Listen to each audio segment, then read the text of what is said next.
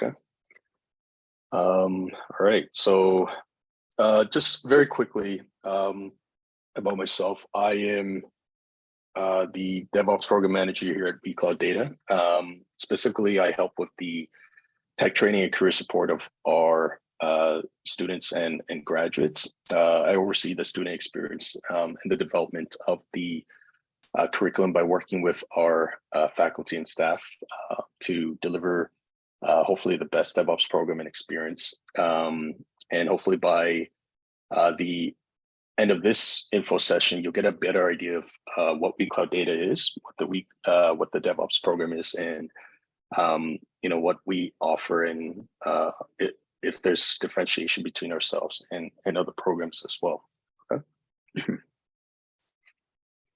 In terms of the agenda, so there's really 3 parts here.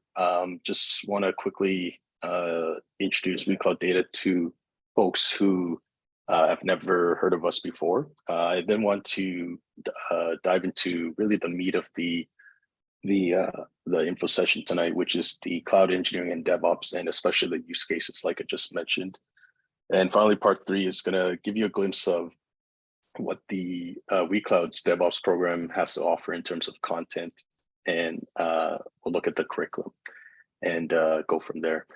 For those folks who are interested in the program further, in addition to our website, which I'll show you later, feel free to reach out to myself. I'll provide my contact information at the end of the info session, and you can reach out to myself for more information about the program and how to register.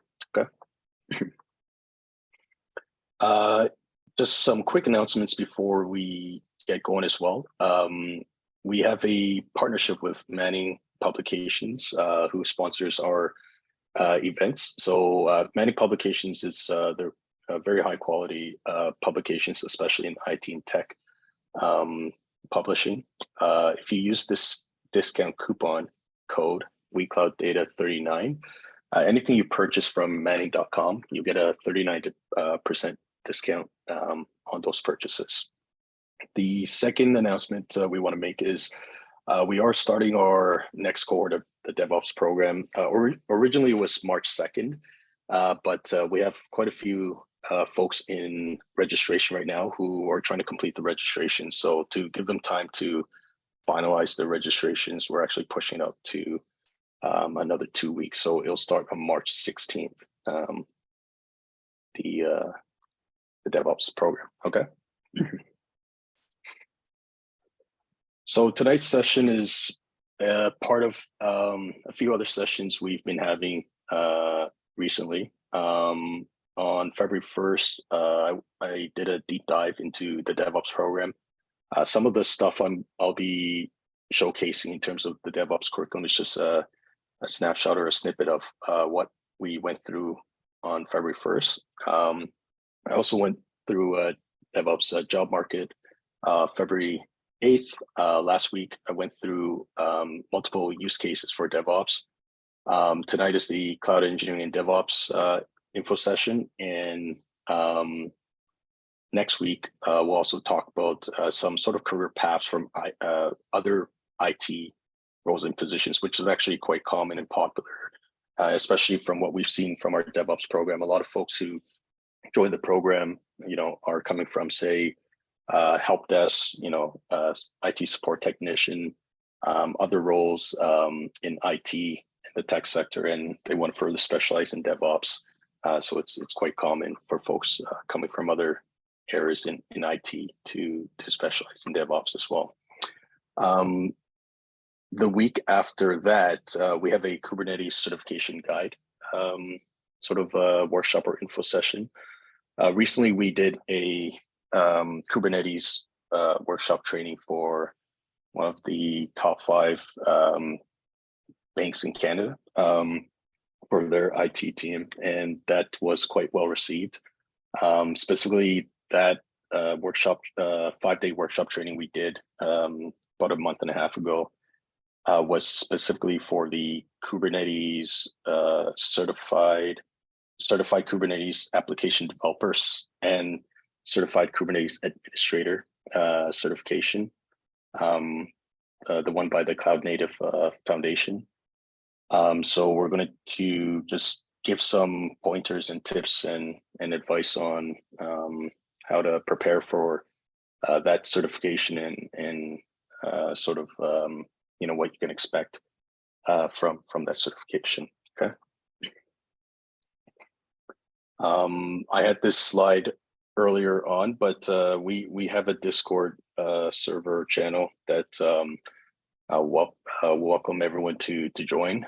So in that channel, you'll see the other programs available there as well, not just the DevOps. So we have machine learning, engineering, data science program channels as well. And there in the Discord channels, you'll see announcements, and you can follow us there as well. So in addition to the website, if you want to get your information and your announcements through Discord, you can go there, and we'll be providing announcements and updates there as well.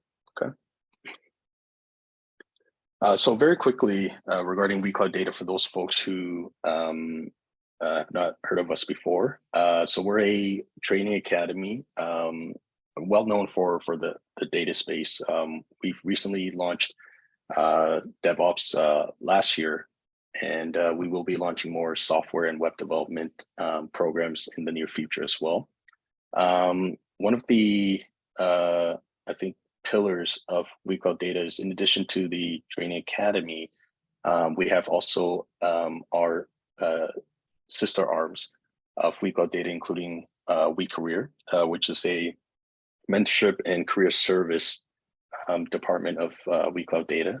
There's also Beam Data, which is the consulting arm of WeCloudData, where we work with clients, all sizes really, and across different industries, building out cloud and data solutions for those partners.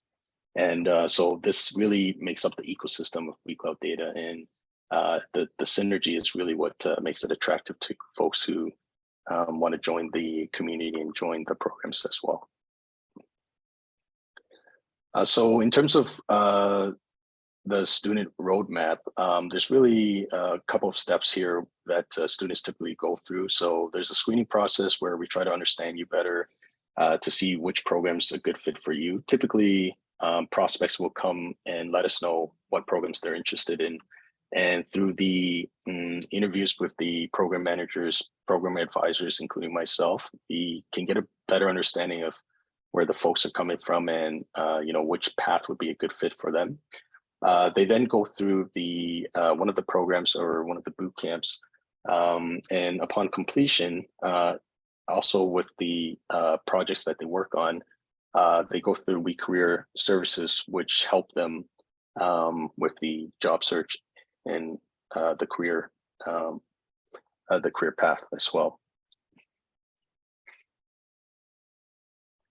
Yeah, so what I was saying here, I'm actually so these with these slides, sometimes I have my program advisor colleague join in. These slides are what they present, so I'm just presenting for them for tonight's session. And WeCloudData across the years have had a really good, I guess, reviews and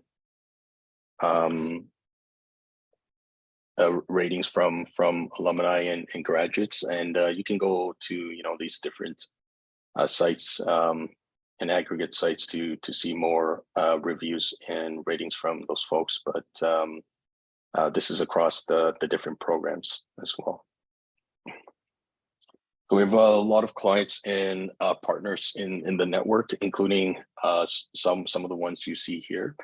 And the network continues to grow as our clients and our partners, as we deliver the solutions to our clients and partners, other leads and prospects, companies, who are looking for similar solutions. They hear about that, and they're looking to work with us as well. And so it's going to continue to grow as well. And just again, in addition to the ones that you've seen. These are some of the other companies that either work with us or our alumni go on to work with and get hired in these companies. 1 second.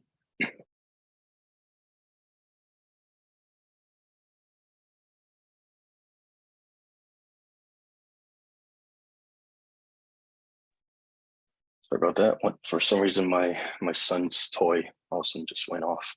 Started making noise in the background.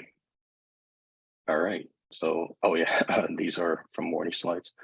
All right. So that was a very quick walkthrough of WeCloudData as a company, and really now I want to start getting into the main topic of tonight's info session, which is cloud engineering and DevOps. And really, it's no surprise that cloud and DevOps are such popular topics and buzzwords, especially in the modern digital economy. It's really what powers the modern economy. And when we think of the modern digital economy, one of the things we have to do is really step back and think about why businesses even exist in the first place. So whether you're talking about cloud engineering, DevOps engineering, or anything else, it really has to come back to why businesses do what they do. So really, obviously, this is a little bit of an oversimplification of the business and the operations, but essentially, businesses exist to deliver value to customers through products and services. So customers are exchanging, money or some sort of monetary value in exchange for something they deem to be valuable to them that are being delivered by the business or the company, the organization. So at the end of the day, no matter what it is, whether it's software, whether it's a digital product, whether it's a digital service, there's some sort of exchange of value, and customers have certain expectations. So, whether businesses are going to survive or not will be determined by whether customers still find their products and services valuable at that point in time. So, for example, today, a business or an organization's product or service might be valuable today for their customer base, but tomorrow, next year, 3 years from now, 5 years from now, that same product or service may no longer be valuable to customers in the future. So businesses constantly need to adapt and to customer expectations, and we're finding that as customers get more sophisticated with digital technology, organizations and businesses have to adapt and get just as sophisticated and be able to deliver software and digital products very quickly and at scale to these more sophisticated customers. Okay, but at the end of the day, customers are the key ingredients to this exchange of value. The other thing that I want to mention before we get into the whole cloud and DevOps thing is there was a car convention, automobile convention a couple of years back, and there the president of Toyota was asked by a reporter. I think they were just asking the president, what's Toyota up to these days, or what's the president focusing on these days? And interestingly, the president of a car manufacturing company says, our competitors are no longer just make cars. Companies like Google, Apple, and even Facebook are what I think about at night. So that's quite interesting. A car manufacturing company is feeling the heat pressure or almost like a threat coming from what we would consider, software and web companies like Google, Apple, Facebook. And I think, there's a lot of facets to this, but I think what this hints at is that the world that the digital world that we're converging towards is a world that is pretty much made up of code. So whether you're a traditional manufacturing company or a traditional company that traditionally would not be considered a software or coding company, has to take an approach where you're going to have to digitize and go through digital transformation somehow and compete against companies that you didn't think were your primary competitors in the past. The other way to look at this as well, though, is it could be that Akio was thinking about Google, Apple, and Facebook, although traditionally software and digital companies are also creating autonomous vehicles and things as well. But again, even those autonomous vehicles are built and going to be using code and software to compete against the traditional automobile manufacturing companies. So it's almost like we're converging towards a world where everything is somehow built on code or leverages and intersects with code somehow. Okay, so really interesting code and something to think about. Now, so cloud engineering, very interesting. So I don't think it's cloud engineering is anything like completely new to most folks. I think a lot of people have a general idea of what cloud engineering is, but what I always find interesting is that at the end of the day, really what cloud is you're paying for someone else's computer hardware and software. Basically, you're paying for someone else's to use someone else's servers.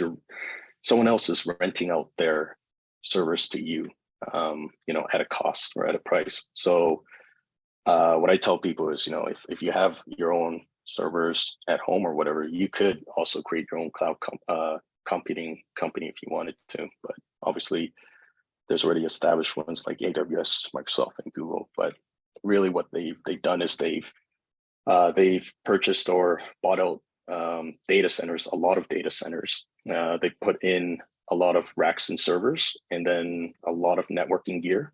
And then, they created a web browser, a web page where people can sign up for an account and then log into these cloud servers remotely. So that's essentially what cloud computing is renting out a cloud vendor's data centers and then using it remotely.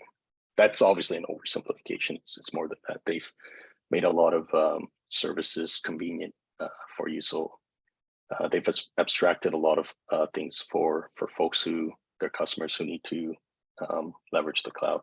Okay. So, but if we were to look at a more formal definition, let's take it from Red Hat here. What is cloud? Cloud computing is the act of running workloads within clouds, which are IT environments that abstract, pool, and share scalable resources across the network. Neither cloud computing nor clouds are technologies unto themselves. So really, the cloud is using technology that's already available, but it's packaging it in a way so it's convenient for customers to remotely deploy their workloads using a vendor's data center. So previously, if those organizations or those companies already had their on-prem data centers, now they want to use a managed service like using AWS or Microsoft Azure or Google Cloud. Then they're just pushing a lot of the infrastructure maintenance and of those data centers to those cloud vendors. Okay, so key thing here though is that it doesn't say it here, but if you think about how traditional IT on-prem data centers work, a lot of the pricing and cost structure is CapEx, so capital expenditure. So let's think about traditionally how organizations, if they didn't have access to the cloud, they had to have their own data centers, their own servers, racks, and things like that. So they go to their accounting or finance department, they submit a budget. They say, we got to purchase 1,000 servers for the upcoming quarter or cycle. And then so they submit that budget for approval. They get, let's say they get approved, they get all these 1,000 servers because they estimated that the business will, based on the workloads, the business is going to need up to 1,000 servers to do all their work. So that's capital expenditure because you're purchasing physical hardware that you're assuming you're going to use for the lifetime of those physical hardware. But the thing about CapEx is that you have to predict ahead of time, how much resource you're going to consume or the business is going to consume. So when you do that, it can sometimes be hit or miss. It just depends on how well you make that prediction. In the past, when things probably moved a bit slower, it's a bit easier to make those predictions. Based on the looking at the history of how your business were utilizing compute resources, and the business does not change much. The market doesn't change much. The economy doesn't change much. Those predictions can be pretty accurate. As you move towards a more,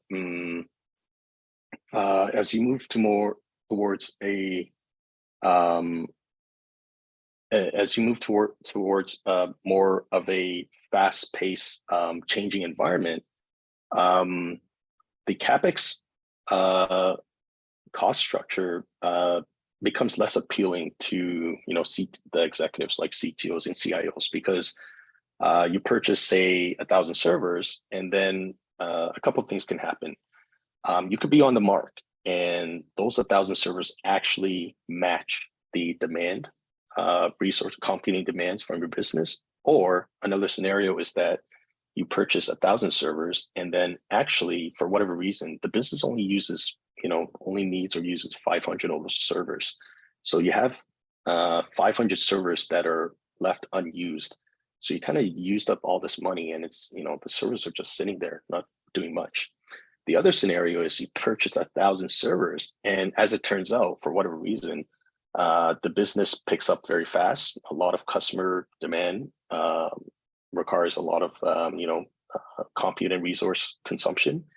So the 1,000 servers was actually not enough. It turns out that you needed 2,000 servers, but then it takes time to match up and to scale up to 1,000 servers, especially if you're going through like a budget cycle. You have to, again, get the budget approved to purchase an additional 1,000 servers. And then you purchase, let's say you purchase additional 1,000 servers. Now you have 2,000 servers. And then, sure, it spikes, customer demand and usage spikes up to 2,000 servers for a couple months. But then after that, maybe it's a seasonal thing and then it kind of dies down. And then again, you have 1,000 servers sitting idle, not doing much. And so this CapEx expenditure, it makes it very, very challenging for IT teams and departments to try to match resource utilization and demand across a changing and rapidly changing business landscape. So then how does cloud kind of help with this? Well, one of the key tenets or one of the key advantages of cloud is that it's elastic, it's scalable, meaning, okay, so today you need 500 servers, no problem. You can purchase and use 500 servers, and then maybe next week you only need 200, no problem. You shut down 300 servers and you keep 200 on. It makes it very, very convenient for the business, the IT teams, to scale up and scale down their compute resources and demand based on customer and business consumption, almost near real time. So what that does is it shifts from a more CapEx cost structure and model to what's called an OpEx. So OpEx, so operational expenditure. So you're going from CapEx versus capital. You got to purchase and predict ahead of time. And also, the hardware sort of, the value of your physical hardware decreases over time with your, as time goes on, because anything, physical is going to devalue over time over the course of its usage. Whereas OpEx, with the OpEx structures, you pay for what you use, kind of like pay as you go, right? So whatever you use, you pay for it. If you don't use it, you don't pay for it. So that's one of the huge benefits of cloud, and why so many organizations and IT teams are looking to migrate to the cloud from their traditional on-prem. But there's also, depending on your needs. So some organizations and businesses are just very, need to be very compliant, and there's a more tight security structure around their data. Then sometimes you still need those on-prem data servers. And what's becoming popular as well is this hybrid approach, where you have some on-prem data centers, but you also offload some workloads to a cloud vendor like AWS. So we're seeing quite a mix of those types of scenarios as well. It's not one or the other, but it can also be a hybrid or mix. But one of the key benefits, like I said, with cloud is that it streamlines the cost and structure for IT teams, especially when it comes to hardware and servers, and it offloads a lot of that to the cloud vendors, and it allows you to abstract the infrastructure to the cloud, and you can focus on more of your applications and your software that is going to be consumed by your customers. Okay, so hopefully that kind of gives you an idea of where the cloud is and why folks are quite big on the cloud. Now, the cloud by itself, there's a lot of things to the cloud, but if we look at the people, process, technology, these three pillars in a typical IT scenario, in terms of roles and responsibilities, these are just four of a lot of names in the cloud. So there's cloud engineer, cloud architect, cloud administrator, cloud developer, and each of them, although doing cloud activities, they specifically specialize in specific tasks and activities within those within the cloud umbrella.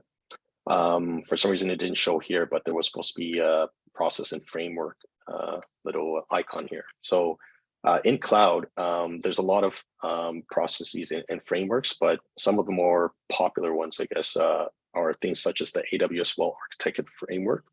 And Azure and Google will have the equivalents of the AWS well-architected framework. But essentially, this framework gives some key pillars and key principles. AWS has 6 of them that sort of are recommendations for organizations and businesses that migrate towards working in the cloud. What are the best ways or the best practices to work in a cloud environment? So if they're coming from, say, on-prem or traditional a data centers in deploying applications in data centers, when you deploy it in cloud, there's things that you have to watch out for that maybe in the past you didn't have to pay as much attention to. One of the biggest things is security, of course. So in the past, your on-prem data centers, you control the network, of course, coming in and coming out. You own that data set, you own that network, and all that security, both physical security as well as cyber security. When you migrate to the cloud, what's happening is there's the cloud vendor's responsibilities and there's the customer responsibility when it comes to security and everything else. But so, for example, AWS will tell you exactly which parts they own in terms of their responsibilities and their roles. And they will also be very explicit about what's the customer's roles and responsibilities. So when it comes to the data center, of course, because you're using their data center, what they can guarantee is they're going to do everything in their power and authority to ensure there's physical security around their data center.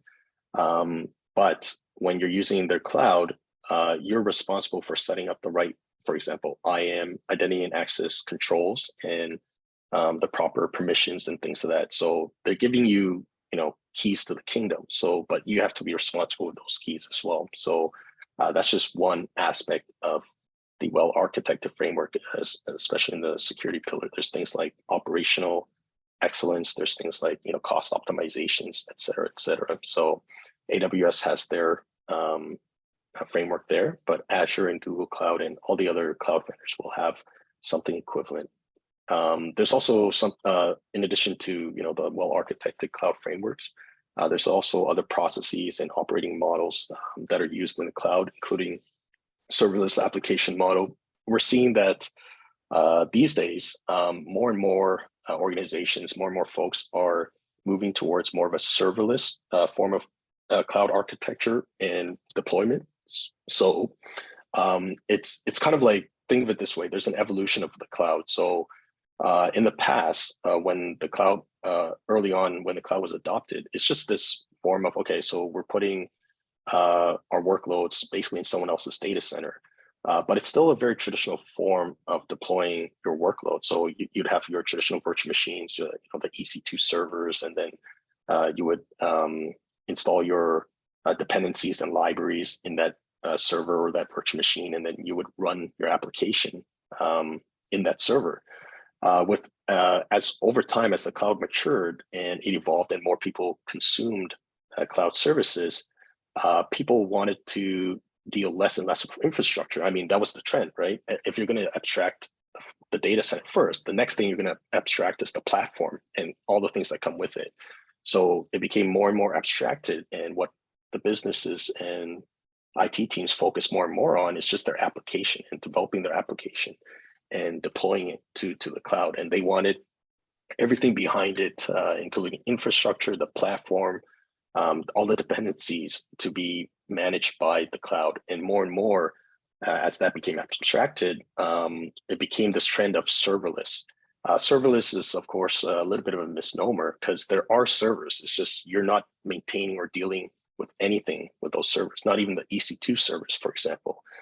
With the serverless model, you really deal with functions and your application code, and you leave the rest to the cloud vendors. Like AWS will take care of everything that's needed in the infrastructure to make sure that your function and your application code work as you expect it to work. So the classic serverless example is Lambda, AWS Lambda, but within that suite of AWS serverless tools include AWS API Gateway and Fargate, for example, if you're doing containers.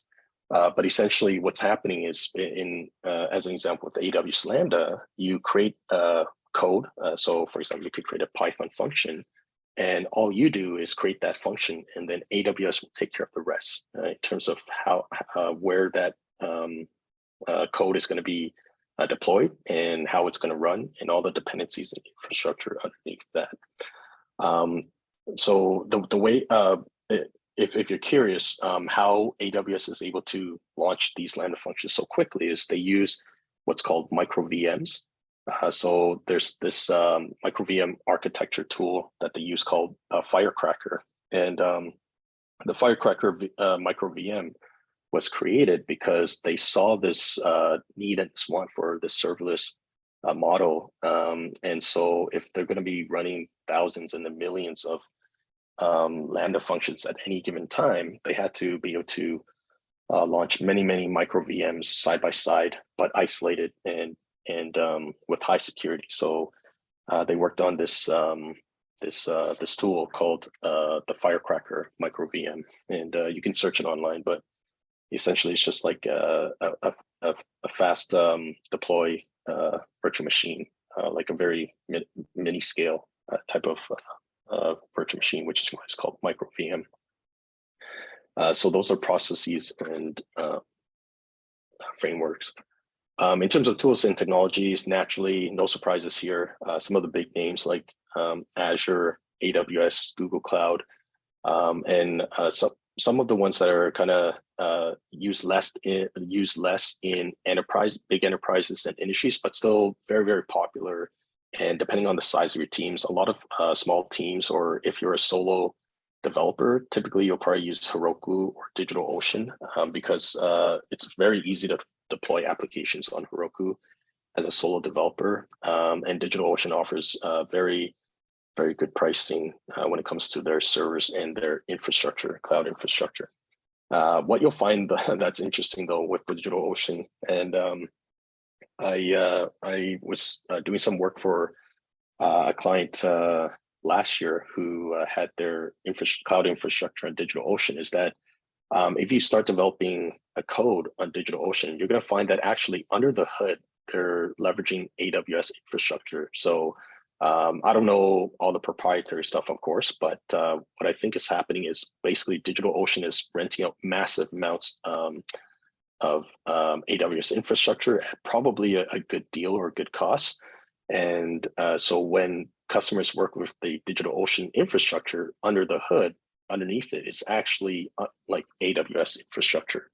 It's kind of like how for the folks who are in Canada or the GTA Toronto area, if you're with say Freedom Mobile, or if you're with Chatter or Fido, really under the hood, they're using Rogers telecommunications infrastructure. And well, especially Rogers owns Fido and Chatter as well. But kind of like similar idea where DigitalOcean is just using AWS infrastructure under the hood. Azure, and in the past, obviously AWS was one of the biggest cloud vendors early on, one of the first movers. So they had first movers advantage in the early 2000s, and they ate up a lot of market share. But over the years, Google Cloud and especially now Microsoft Azure are catching on. So I'd say, it wouldn't be surprising to see Azure catch up to AWS in a few years in terms of like 1-to-1 ratio of cloud market share. But Microsoft Azure is catching up quite quickly with AWS. Oh, that's funny. There you go. That's the icon I was looking for. So if we look at in terms of some of the skills or requirements of cloud engineer, they do quite a lot of stuff, but at the same time, as you can see here, there's a little bit of overlap with DevOps as well. I mean, even here it has DevOps skills, containers, which is very much a DevOps skill set as well. But the traditional skill sets that obviously cloud engineers need to know and have, and they work with day to day, include networking. So networking, but instead of your traditional on-prem data center networking, now you'll be using virtual networking and really more code and network programming skill sets that are going to be required from cloud engineers these days. Programming, naturally, you're going to be doing a lot of programming of cloud and cloud technologies and infrastructure. Linux is big. The default EC2 server or virtual machine on AWS cloud, as an example, is Amazon Linux 2. So that's if you're using AWS, using Amazon Linux 2 is free, meaning that you don't pay for licenses, of course. But for example, if you use, say, Red Hat Linux on AWS, you would pay for the Red Hat license. Ubuntu Linux is also free on AWS if you're using the open source version. There's also Ubuntu Pro and Ubuntu One if you want to pay for extra features. Web services, natural virtualization, big one. API, this is very huge. I mean, APIs these days, almost everything is an API. Application programming interface, naturally, because if you're going to automate a lot of things, you want machines to be able to talk to machines, and API is your ticket to allowing machines to talk to machines using a common language and a common interface. Okay. So some of these engineer skills for the cloud. Now let's we talked at length about cloud, but let's switch over to now think about DevOps and DevOps engineering and compare and contrast that to what was in cloud engineering. Now, before I was showing the first slide I showed with when we started talking about the cloud was the data center, because to me, when you think of the cloud, you want to think about the data center first. When you think about DevOps, the reason why I'm showing the software development lifecycle is because to me, this is one of the big differentiators between a cloud engineer and a DevOps engineer. The DevOps engineer has to think about software and application deployment. So that's why the software development lifecycle, software architecture, application development architecture looms large when it comes to DevOps engineering. You have to understand how software is developed. You have to understand how applications are developed, especially web applications these days, how it gets deployed, what's testing, what's build phase, things like that, okay? So just very briefly, in terms of software development, there's really, at a high level, you can think of them as 3 phases: plan, build, run. So in the plan stage, you're really asking, what are you building? What application are you building? What software are you building? And who are you really building it for? Who's the customer for these features? In the build stage, you're really putting finger to the keyboard and building it out. What programming language are you going to use? What's the architecture? How are you implementing it? And how do you know that it's going to work as you intend? Which is why you have testing, and testing is really, really important, such as test-driven development, the framework of the process. Run is when you're really it's operating. This is operations. This is day 2, really. How will you ensure that it runs and it's available? You're really maintaining the application once it's deployed, especially in production, and making sure that there's no security breaches and everything is able to scale if your customer base scales as well. So really day 2 operations. Plan, think of it as day 0. Build kind of, but day 1 operations is more about installing software and dependencies and making sure that the software runs as intended when we're talking about an operational framework. Okay. Similar to cloud, we can ask, well, then what really is DevOps? In this case, I'm borrowing from Microsoft here. Think of DevOps as the union of people, process, and technology to continue to provide value to the customers. That's a bit vague, though. If we want to emphasize a bit more, we can say that DevOps enables reliable products and the ability to respond to customer needs and business goals faster. So it's not just that you're producing digital products and services that are reliable, you're also releasing them at higher frequency than you would have in the past, and more scalable.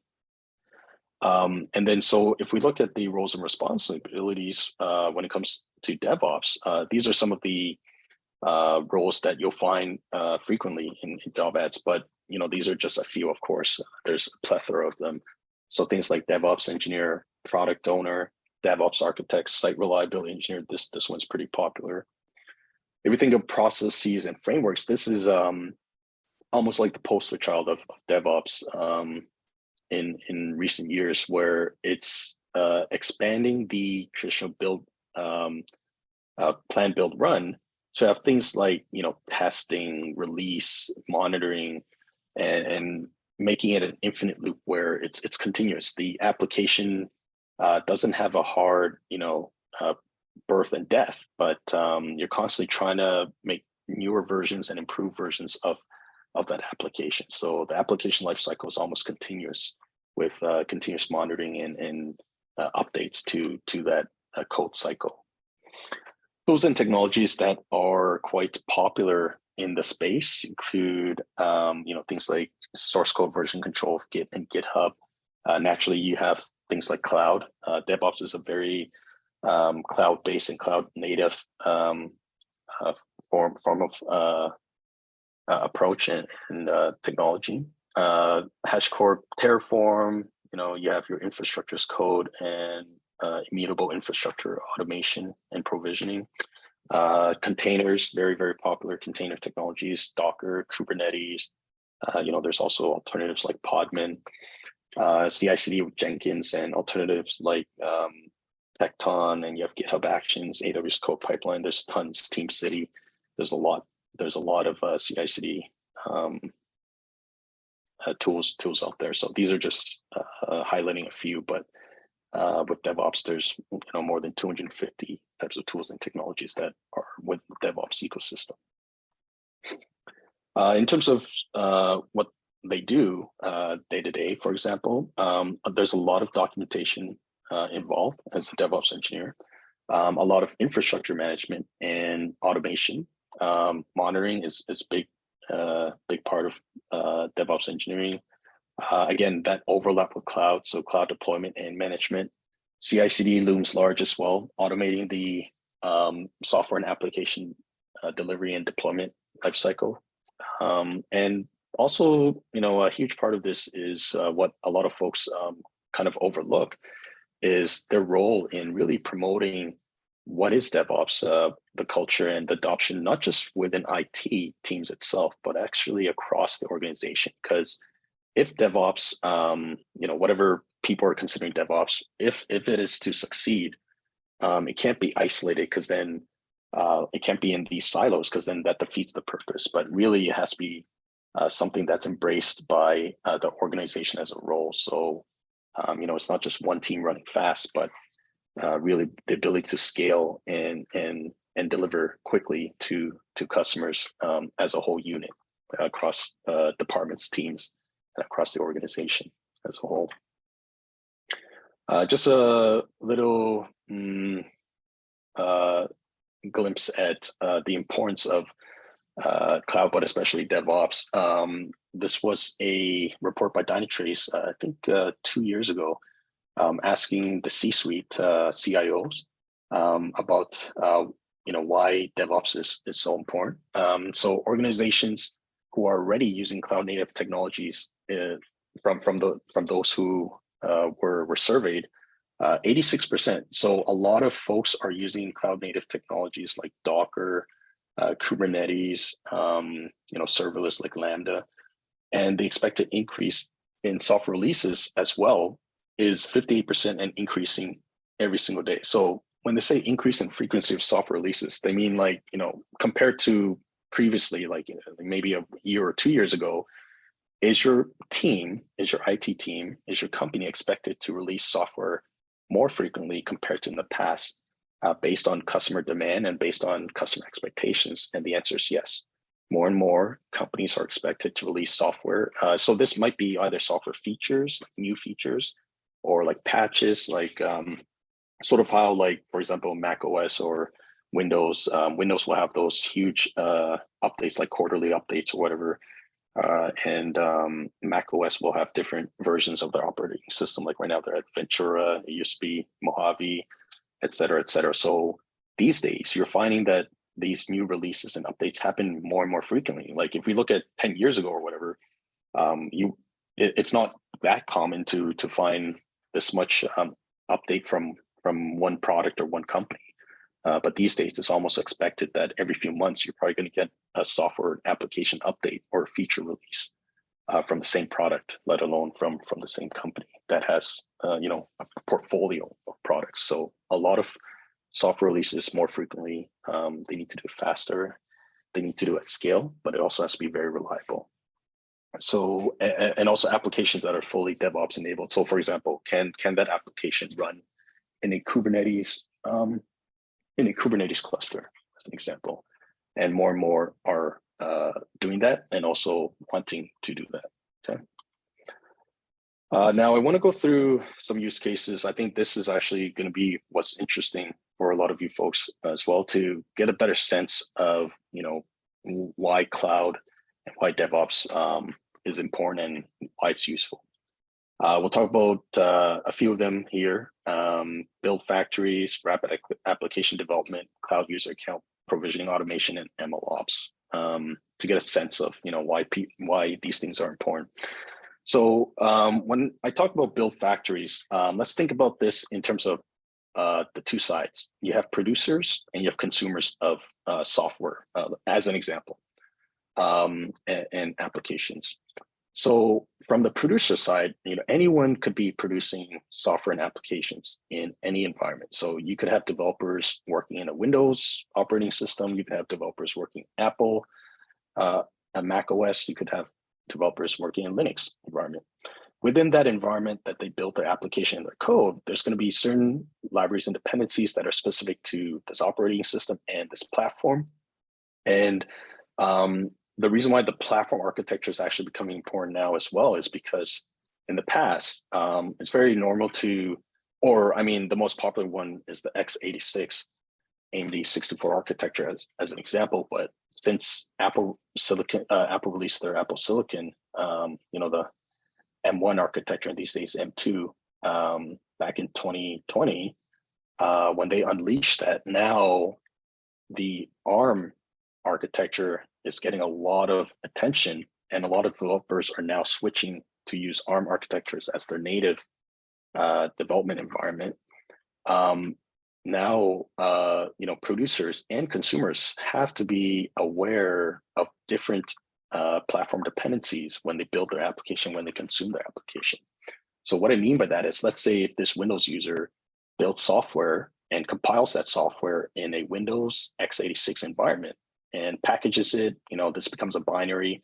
When they release the software and this package and this binary, there might be, so we're assuming that, since it's in the Windows x86, if there's another consumer that's Windows x86, this will probably primarily work very, as intended by the producer.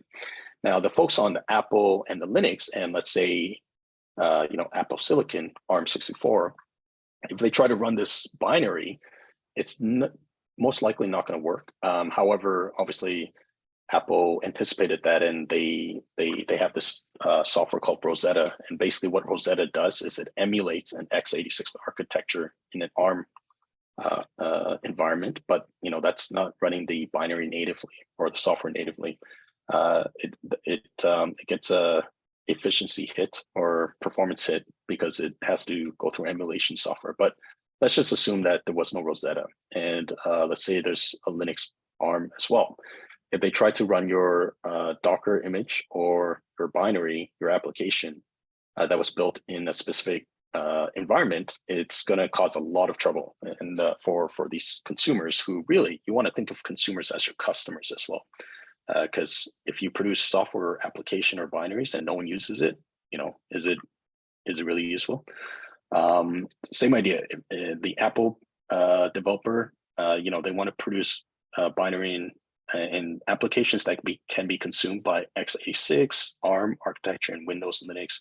Same idea, Linux developer. So really, you have this matrix of where producers of any specific environment should really be able to produce products and software and binaries that can be consumed by anyone from any architecture and any platform. And in the past, it was, you had to be a wizard to really make this work.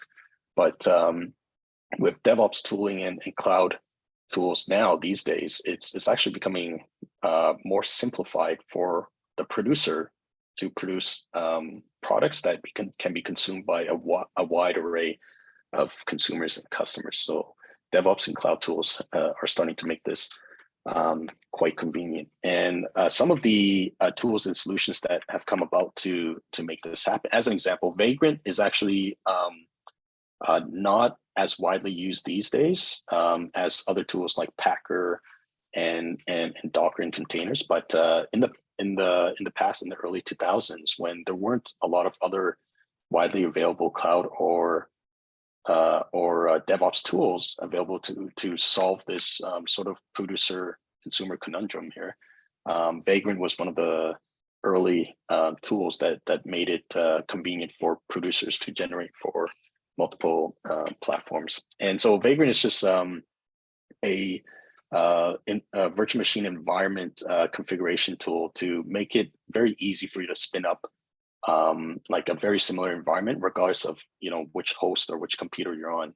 You really create this Vagrant file, configuration file, and you just go Vagrant up, and then magically the same environment that you had, say, in your Windows or your Mac or your Linux, will spin up a very, very similar or identical virtual machine environment for you to develop in and produce your artifacts and your software in on a different host. Okay, so it's basically a tool to make the development environment as identical as possible across different platforms. So it kind of helped with this sort of conundrum here.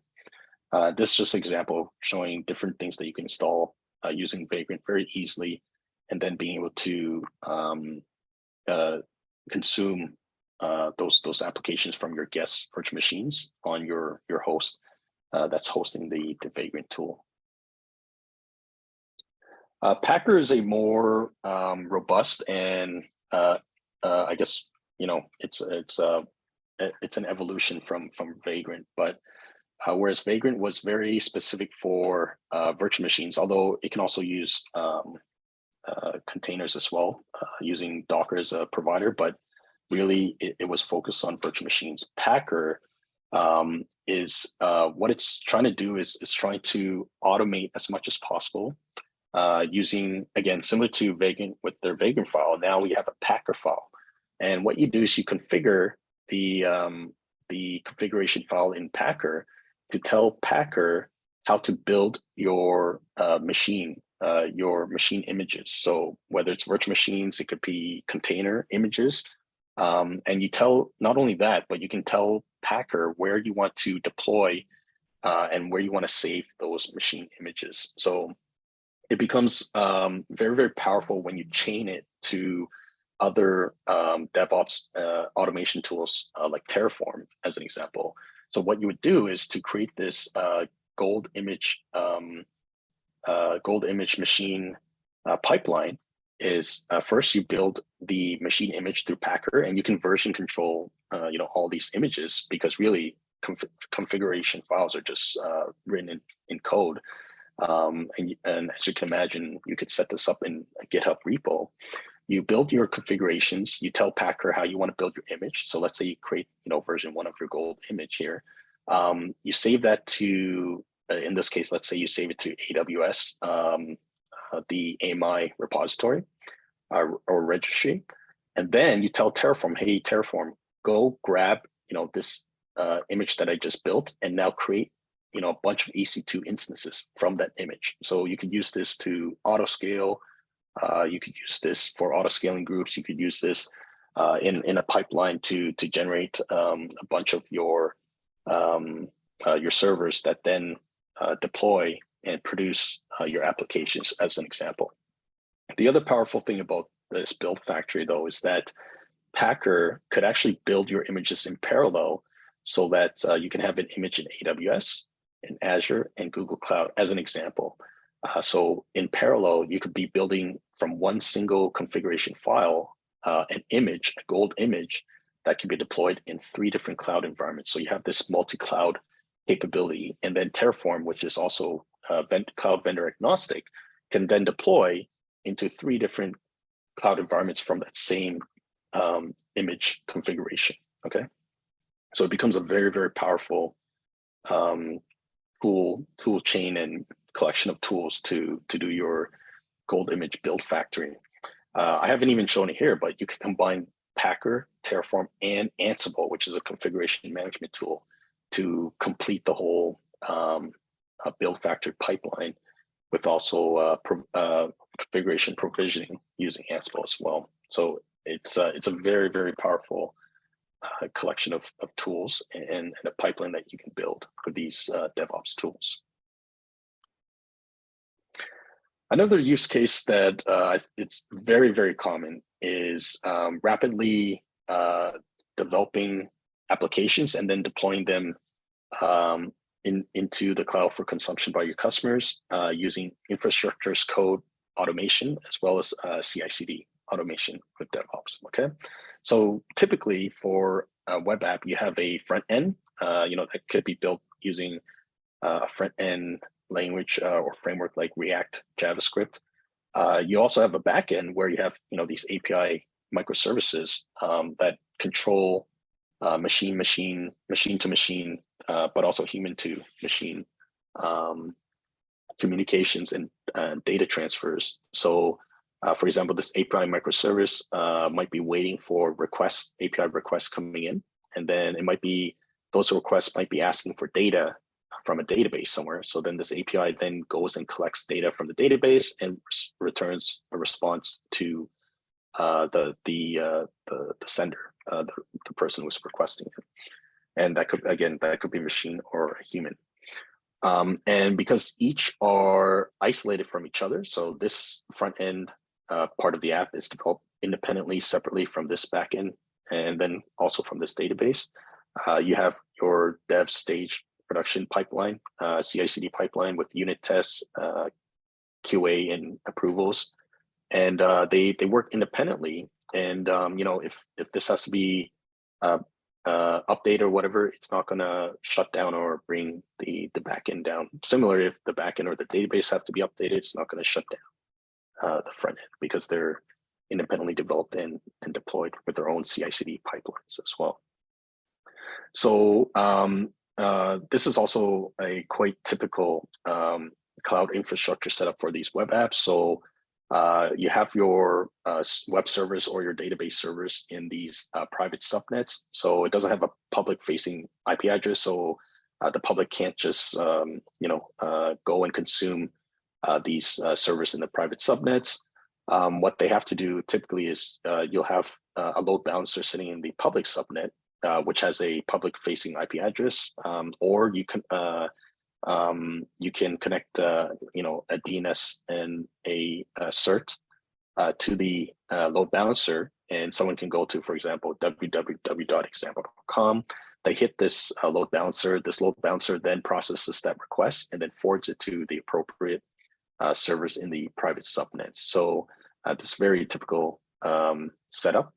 And what this allows you to do is have the load balancer be able to manage the requests coming in from the public internet and transport or relay that request to the servers, web servers or database servers, and then collect the responses and return it back to the customers. Okay, so very, very typical setup here in the cloud. Now, imagine if you had, not just one application, but you had 10 applications, and each application had to have all these private subnets, public subnets, VPCs, load balancers set up. It would be very manual and time consuming if you had to manage this manually, basically. So, what DevOps tools really where they shine is the ability to automate through templates and code a lot of the infrastructure. So this is infrastructure automation and provisioning using code, which is why it's called infrastructure as code. So for example, using Terraform, or in this case, you could use AWS CloudFormation. You write down what you want to provision or what you want to stand up in your cloud infrastructure in these YAML configuration files or JSON files as code. And then you tell the tool like Terraform or AWS CloudFormation, apply these configurations to the cloud infrastructure stack. And what it's going to do is it's going to read your configuration files and understand the state that you want your cloud infrastructure to be in. So you'll say, I want a VPC, I want an internet gateway, I want security groups, and then it's going to go and build those according to the way you want that configuration to be based on the code in the template. And one of the reasons why this is so powerful is because like anything with code, you can version control it. If something, maybe you had a typo, maybe you wrote something wrong, and then this thing doesn't work correctly. Well, that's okay. You can always roll back to the previous version of the code. If you have this on GitHub, your team is collaborating with it. Multiple people can edit the code in parallel, and you can always roll back if you need to different versions of the code, which then can apply the different versions to your cloud infrastructure. So now you have a way to codify your whole cloud infrastructure through these templates and through the code. Okay, and this works for not just networks, but it could be EC2 servers, could be auto scaling groups, could be load balancers. Anything that can be created in the cloud, more or less, can be created in these cloud infrastructure templates. Now, there's a caveat. There's a few things that are still need to be added as features, and as an example, AWS CloudFormation is working on that. But so not everything works 100% like that you can do on the AWS CLI command line, but they're working on putting all of those as much as possible. So there's probably greater than 90% of what you can do on the AWS CLI or the console, you can do in CloudFormation and launching these stacks through code. Okay. Another interesting use case as well is something that you would do quite often is, especially when it comes to the AWS cloud or any cloud infrastructure really is whenever you have user accounts, you have to, if you're not automating, then obviously you're manually creating users, you're attaching policies to those users, and then having to monitor and then having to notify the users of their new accounts. Something you can use DevOps to do is actually automate the whole process through, for example, using combination of serverless services as well as infrastructure as code templates, which then have the policies, and it can be triggered, for example, by Lambda, and the users can then be created automatically and have policies attached to it. And you can sort of start building out a pipeline here where you feed this DevOps pipeline with certain inputs, parameters such as users, what groups they belong to, what what policies should be attached, and it kickstarts a whole pipeline that then automates this whole infrastructure, including with notification services as well. So this is quite an interesting use case as well. Another very interesting use case is in AI and ML ops, and I'm sure with the whole ChatGPT these days, people are quite interested in AI and ML ops as well. But this is just an example of using cloud, and I'll show you where DevOps then gets bolted onto this cloud architecture here in a bit. But basically, this is a cloud architecture for a data engineering architecture on the cloud for integrating AI and content search. So imagine you have a bunch of content both internally in your internal systems, such as CMS and your intranets and your portals, but including content externally, such as Stack Overflow, GitHub, Medium articles. What you do is you ingest, you scour the internal and external internet and ingest all the data through APIs and webhooks, and then store it in cloud object stores in a data lake, for example. In this case, for example, S3. It's because these days cloud storage is so cheap. And then pipe it through to, for example, a data ETL pipeline, for example, using Spark in this case, and then clean the data, load the data into relevant data stores like Elasticsearch or Postgres databases, train your models, and then deploy it into production for consumption by your customers or whoever your users are. Okay, so this is an example of that AI data engineering flow in the cloud using cloud tools, including AWS, Elastic Beanstalk. Now, DevOps can actually get bolted on to this already cloud infrastructure here. So with DevOps, typically you want to be able to automate the adjustments of your machine learning models and then redeploy that into production. So if you have to manually do that, that can be quite time consuming. What you can use is MLOps tools, which is really part of the DevOps umbrella. So in this case, Databricks has an MLOps tool called MLflow. And what that would do is actually log the machine learning model scores based on day-to-day activities and monitor whether there's drift or whether it's improving, things like that. It will adjust those parameters and fine-tune and tweak those new data coming in and parameters to fine-tune it to make sure the model is not drifting away from what would be considered baseline accuracies, and automate the fine-tuning, but also automate the redeployment of those new models into production. So as an example, when you're using ChatGPT, the ChatGPT that we have access to, that you have access to, that the internet has access to, that's the ChatGPT in production. That's after it's been deployed, and that's after it's done all its model training of I think you're using 125 billion parameters or something.